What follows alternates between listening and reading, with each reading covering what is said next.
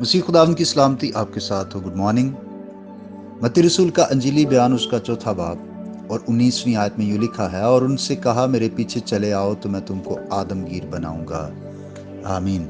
जब मसीह खुदावंद ने पतरस और इंद्रियास को झील में जाल डालते देखा और उनको अपने पीछे बुलाया, वो माहीगीर थे और अब उनकी बुलाहट ये थी कि मेरे पीछे आओ तो मैं तुमको आदमगीर बनाऊंगा।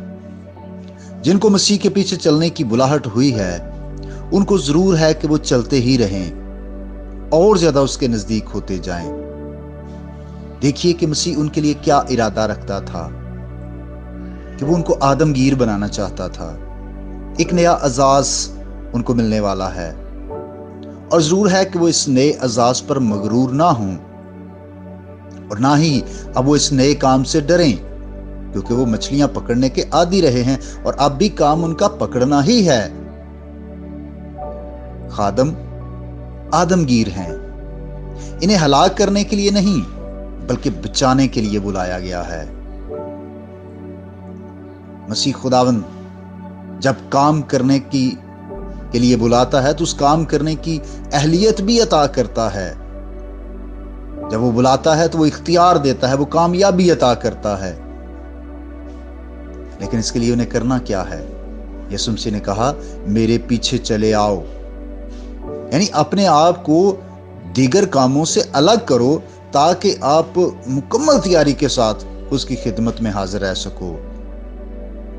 और फिर मसीह खुदावंद का ये भी मकसद था कि आने वाले दिनों में जिस बड़ी खिदमत को वो करने को हैं, जरूर है कि पहले उसके लिए वो तैयार हो जाएं, वो इसके अहल हों, उसके लिए वो मौजू हों और पहले वो मसीह खुदावंद से सीखें पूरी तवज्जो के साथ और मुसलसल मसीह की खिदमत में हाजिर रहें।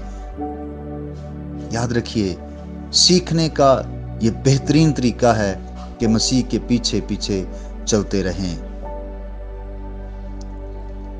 यीशु मसीह ने जिनको आदमगीर बनाना था, जरूर है कि वो मसीह के साथ रहकर उसके काम करने के नमूने को भी सीखें ताकि उस नमूने की पैरवी कर सकें और फिर जांफशानी से, वफादारी से, मेहनत और शफकत के साथ इस काम में लगे रहें।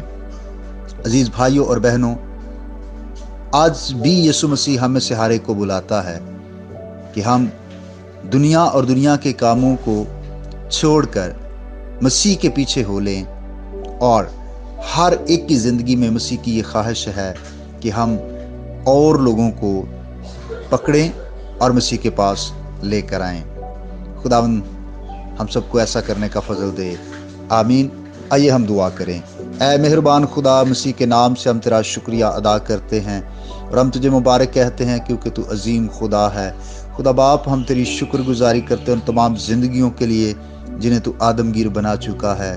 बख्श दे कि हम और लोगों को तेरे पास लाने का सबब और वसीला बने। और मेरी दुआ है खुदा, जब फसल बहुत है, मजदूर थोड़े हैं, और लोगों को तैयार कर जो तेरे खेत में काम करने वाले हों। प्यारे आसमानी बाप, आज के दिन में मैं अपने इन तमाम भाई और बहनों के लिए और इनकी फैमिलीज के लिए बरकत की दुआ मांगता हूँ। इनके बिजनेस को बरकत दे, इनकी जॉब्स में खुदावंद तेरी रहनुमाई इनको हासिल हो और ये स्टडीज़ में खूब कामयाब हों।